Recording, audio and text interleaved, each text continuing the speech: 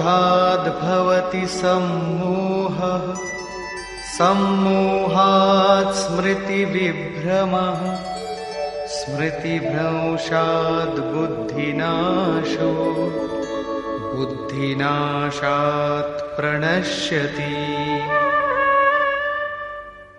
ক্রোধ থেকে মূঢ় ভাব অর্থাৎ অবিবেক উৎপন্ন হয়।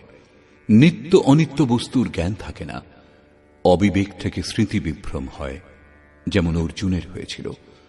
ভ্রমতীব চ মে মনঃ, গীতা সমাপনের সময় তিনি বলেছেন, নষ্ট মোহ স্মৃতির্লব্ধা। কি করা উচিত, কি করা উচিত নয়, তার নির্ণয় করা যায় না। স্মৃতি বিভ্রম হলে যোগপরায়ণ বুদ্ধি বিনষ্ট হয়, এবং বুদ্ধি বিনষ্ট হলে এই পুরুষ নিজ শ্রেষ্ঠ সাধন পথ থেকে বিচ্যুত হয়।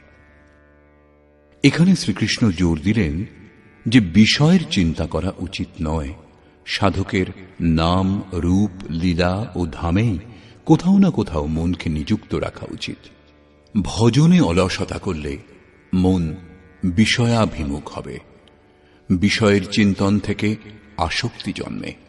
আসক্তি থেকে সেই বিষয়ের কামনা সাধকের অন্তর মনে জাগে।